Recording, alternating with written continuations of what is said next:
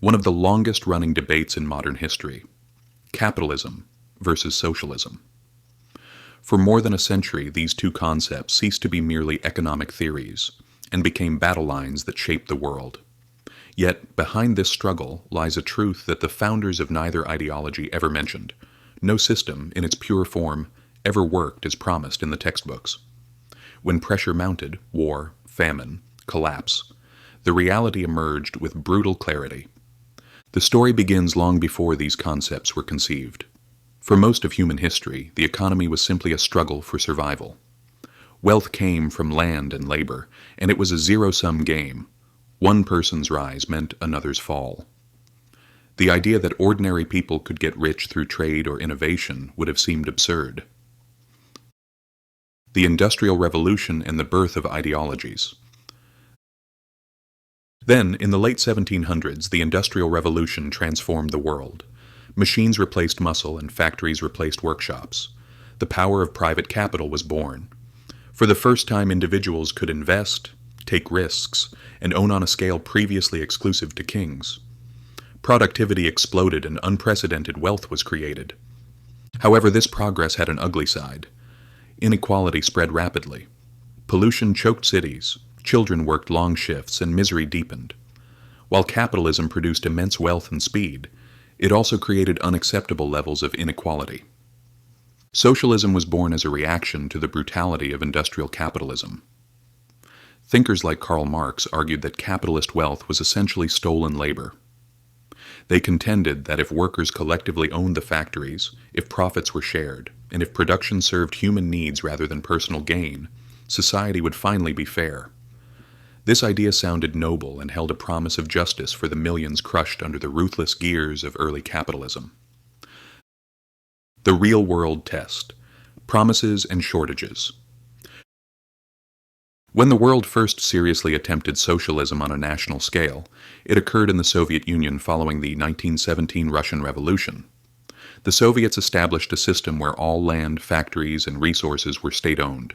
Prices were set by bureaucrats, and production targets replaced the profit motive. In theory, this should have created perfect equality and efficiency. In practice, chaos and inefficiency emerged. Without market prices, planners didn't know what people wanted or how much needed to be produced. Without competition and personal reward, innovation stalled. Shortages became normalized, and long queues were a part of life. Socialism promised equality but delivered scarcity. Yet capitalism was not without its problems. In the early 20th century, while it provided great growth, it also created savage instability. The wealthy lived like a modern royalty, while trust dominated industries. This imbalance exploded in 1929 with the collapse of the U.S. stock market. The Great Depression was a global economic heart attack. Unemployment reached 25%, and to millions of observers, capitalism appeared not just flawed, but fatal. Capitalism promised prosperity but delivered collapse. The Cold War laboratory and the ability to adapt.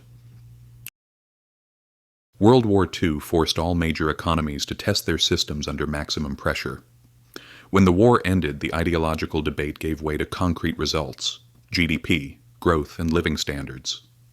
From 1945 to 1991, the world became a laboratory. With the Soviet bloc on one side, characterized by central planning and state control, and the U.S. and its allies on the other, practicing a regulated capitalism with safety nets born from the lessons of the Great Depression. The results were dramatic.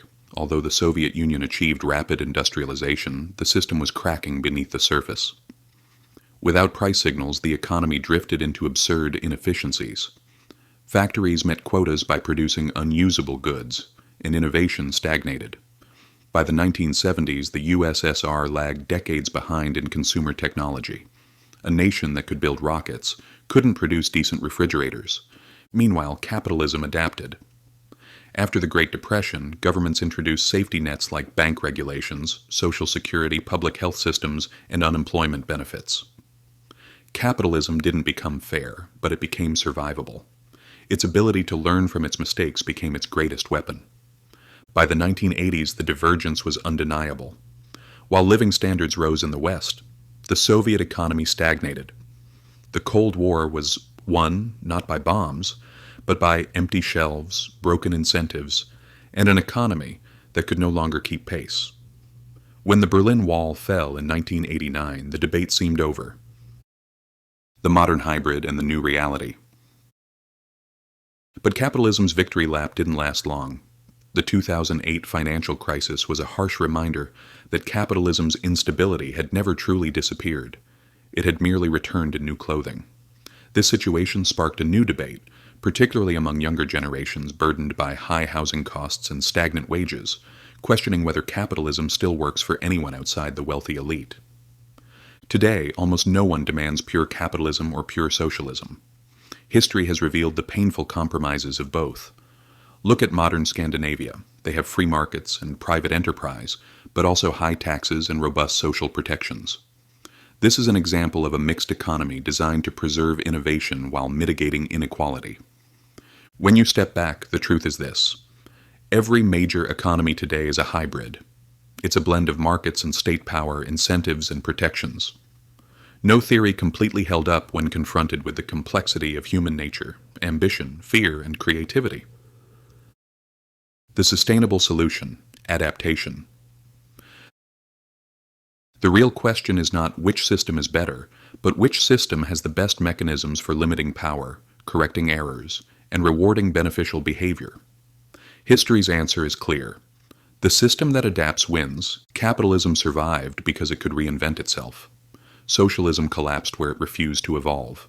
However, where socialism merged with markets, like Scandinavia, it thrived. Performance and adaptation, not ideology, determined the winners. While capitalism prioritizes incentives, socialism prioritizes equality. Both have strengths and failures. The nations that will succeed in the coming century will be those that most effectively combine the creativity of markets with the resilience of public investment, combining freedom and stability. History taught us this. No system works without guardrails, and no society can truly flourish when wealth or power becomes excessively concentrated. History didn't choose capitalism or socialism. It chose everything that prevented collapse. Every generation must renegotiate this delicate balance.